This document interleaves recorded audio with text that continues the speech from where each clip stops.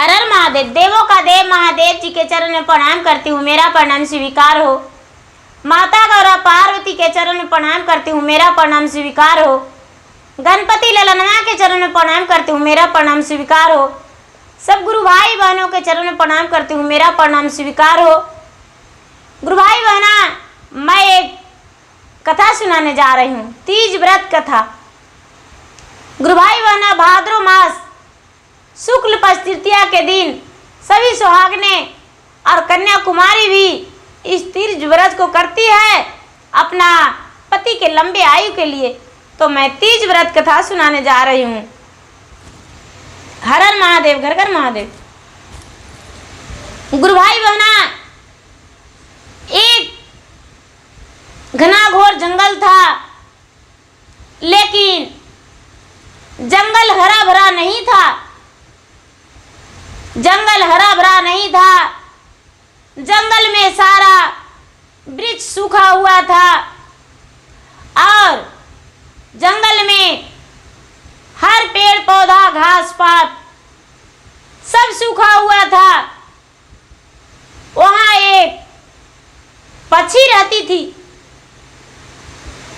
गुरु भाई बहना, वो पक्षी रहती थी बेचारी, और उसी जंगल में सारा इधर उधर से जाकर दाना किसी तरह से चुग के और बेचारी अपना जंगल में जीवन बिताती थी।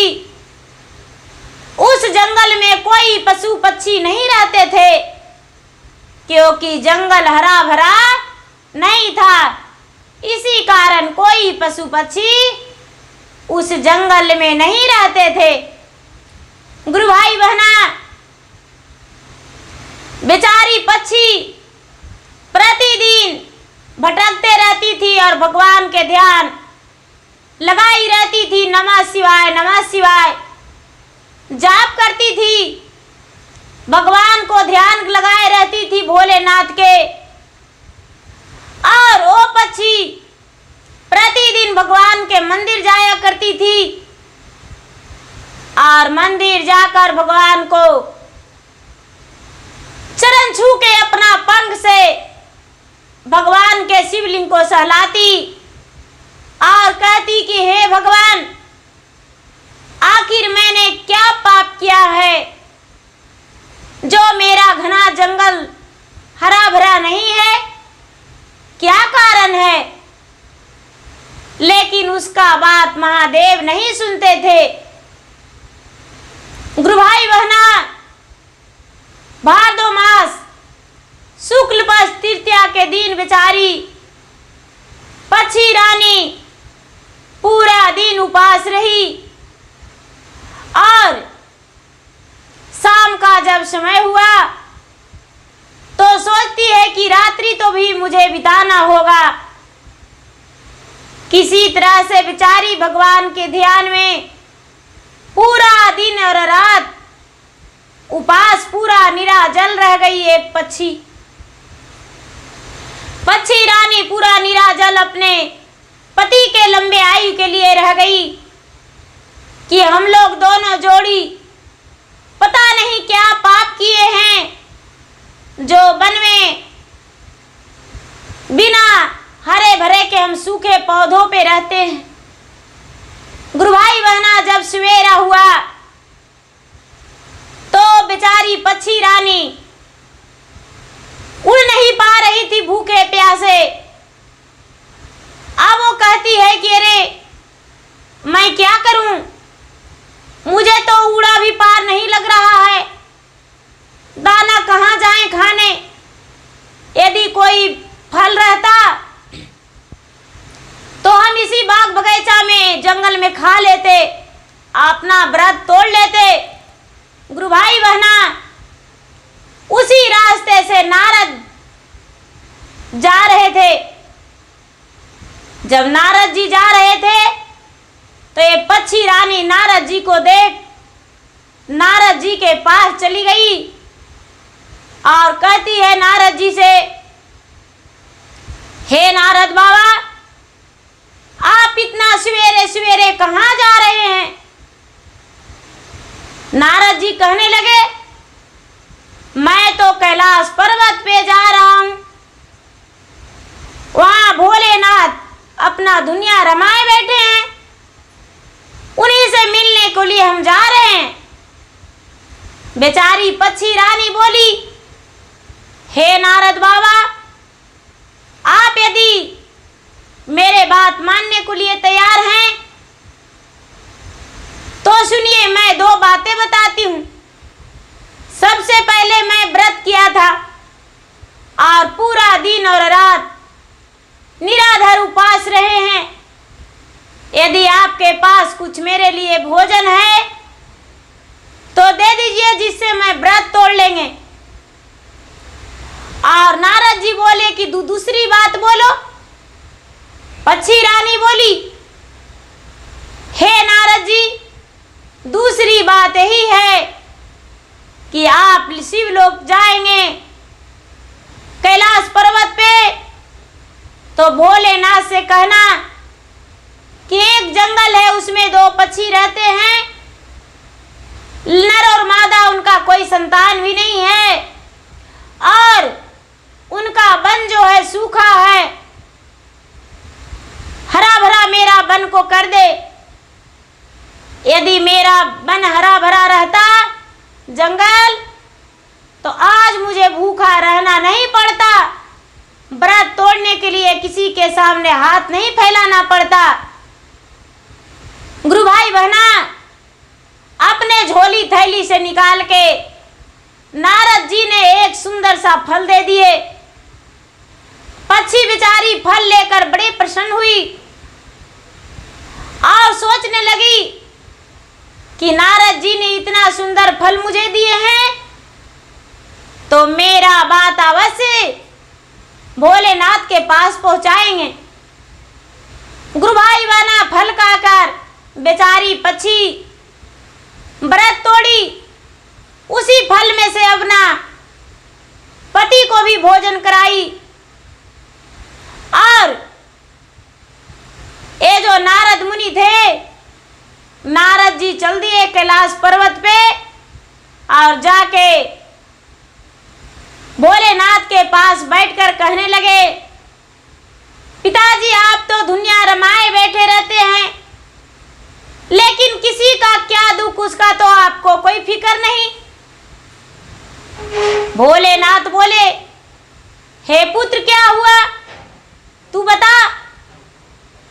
नारद जी बोले, आप नहीं जानते, दो पक्षी है जंगल में, नर और मादा, उसका पूरा घना जंगल सूखा पड़ा है, एक भी पत्ता वहां हरा भरा नहीं है। आखिर क्या कारण हो सकता है। बेचारी उपासी चिड़िया मुझसे फल मांगी अपना व्रत तोड़ने को लिए। गुरु भाई बहना, महादेव जी बोले, हे नारद, उस पति पत्नी का कर्तव्य ही ऐसा है कि उसे हरा भरा में रहने का सौभाग्य नहीं। वो जो नर था, वो पिछला जन्म में दोनों पति पत्नी मनुष्य तन में था। उसका जो पति था, पति बहुत बड़ा चोर था, दूसरे को धन चुरा कर लाता था और पति पत्नी और उनका बच्चे मिल बांट के खाता था। कभी पत्नी अपना पति को संभालने की कोशिश नहीं की, जहां तक के कि दूसरे को बहकावा में और कहती कि हाँ हाँ और चुरा लाओ। एक दिन उसका पति चोरी नहीं करता तो पति को डांट फटकार किया करती और उसे चोरी करने से बेवश कर देती। दूसरे को, बच्चे को मार पीट के, काट के, गुंडागर्दी करके धन लाता था।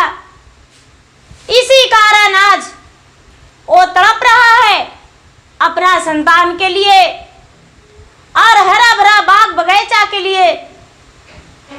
गुरु भाई बहना, नारद जी ये बात सुनकर बोले, अच्छा कोई बात नहीं, हम पक्षी राज को बता देंगे। गुरु भाई बहना, भोलेनाथ नारद को ऐसा बात बोले, लेकिन पक्षी रानी का पूरा देखने लगे कि तो अच्छा, मनुष्य तन में तो इतना गलतियां किया था, लेकिन आज तो एक पक्षी है, देखते हैं आज क्या कर रहा है। जब उसका उलट के देखने लगे बही खाता, तो देखते हैं कि एक पक्षी भी होकर दोनों पति पत्नी मंदिर जाता है, प्रतिदिन मेरा याद करता है और कोई भी व्रत करना नहीं भूलता है, पापों का प्रायश्चित कर रहा है। उसे ज्ञान हो गया है कि मैंने बुरे कर्म के कारण ये सब मुझे भुगतना पड़ रहा है। आज मेरा हरा भरा रहता तो मुझे भटकना नहीं पड़ता। गुरु भाई बहना, भोलेनाथ ने सारा गलतियां क्षमा करके और उसका जंगल को हरा भरा कर दिए, और बेचारी जो पक्षी थी वो अपना अंडे देने को लिए तैयारी कर दी, अंडे भी दे दी, जिसमें से उसका बच्चे का उत्पन्न हो सकता है। गुरु भाई बहना, बेचारी पक्षी रानी अपने अंडे पर बैठ चुकी थी, अंडा देकर आस लगाए बैठी थी कि अंडा फूटेगा तो मेरा बच्चा निकल जाएगा, मैं भी मां बन गई हूं। लगता है नारद जी ने जाके भोलेनाथ से बता दिए। गुरु भाई बहना, बहुत दिन बाद फिर से नारद मुनि आए उसी जंगल में, तो देखते हैं कि अरे ये तो जंगल हरा भरा है, बच्चे भी उसका उड़ रहा है, उसके साथ बच्चे भी है। गुस्से में पूरा जलजला उठे नारद जी और फिर से कैलाश धाम चले गए, और कैलाश धाम जाके और गुस्से में आग बबूला होकर अपने भोलेनाथ से कहते हैं कि हे प्रभु, मैं तो आज तक किसी से छल नहीं किया, लेकिन आज तो आपने इतने बड़े उस दिन छल किए, मुझसे झूठ बोले। मैं अपने आंखों से देखा पक्षी का संतान भी हो गया, उसका बाग बगीचा भी हरा भरा हो गया। गुरु भाई बहना, इतना बात सुनकर महादेव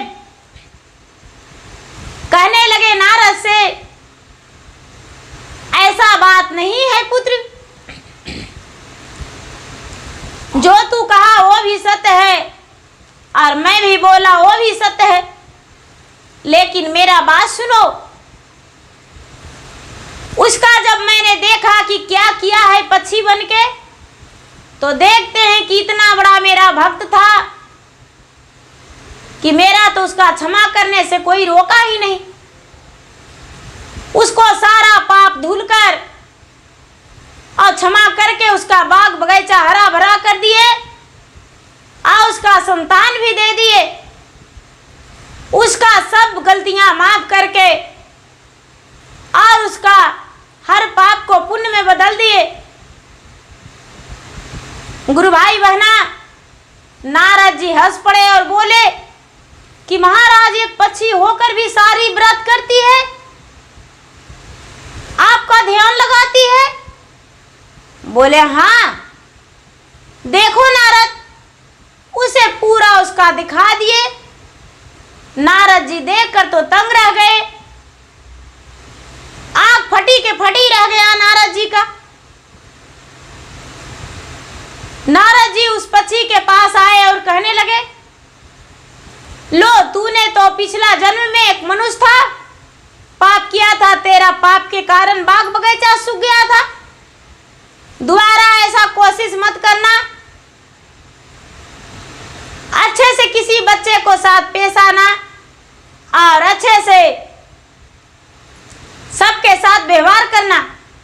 पक्षी राज बोला और पक्षी नर्मदा दोनों, हे नारद जी, मैंने तो पिछला जन्म में जो गलत किए थे उसके पछताव के लिए मैंने सारा कुछ त्याग कर, सारा चीज भूलकर और अपना नई जिंदगी में नई शुरुआत किए हैं। भगवान का भजन कीर्तन पूजा पाठ पक्षी होकर भी अपने आवाज में भाषा में करते हैं, पूजा पाठ सब कुछ करते हैं। नारद जी हंसकर वहां से चल दिए। पक्षी रानी खुशी रहने लगी। तो गुरु भाई बहना महादेव भोले दानी आगे या पीछे हर हिसाब को चुकता करते हैं, पाप का भी और पुण्य का भी। जो पाप का भागीदारी बना है उसे पाप दिखाते हैं और जो पुण्य का भागीदारी बना है उसे पुण्य का दिखाते हैं। हर हर महादेव, घर घर महादेव। गुरु भाई बहना मेरा वीडियो अच्छा लगे तो इसे लाइक कीजिए, शेयर कीजिए, सब्सक्राइब कीजिए। और मैं इंस्टाग्राम पे भी हूँ, फेसबुक पे भी हूँ। मेरा इंस्टाग्राम पे और फेसबुक पे फॉलो कीजिए, लाइक कीजिए, शेयर कीजिए।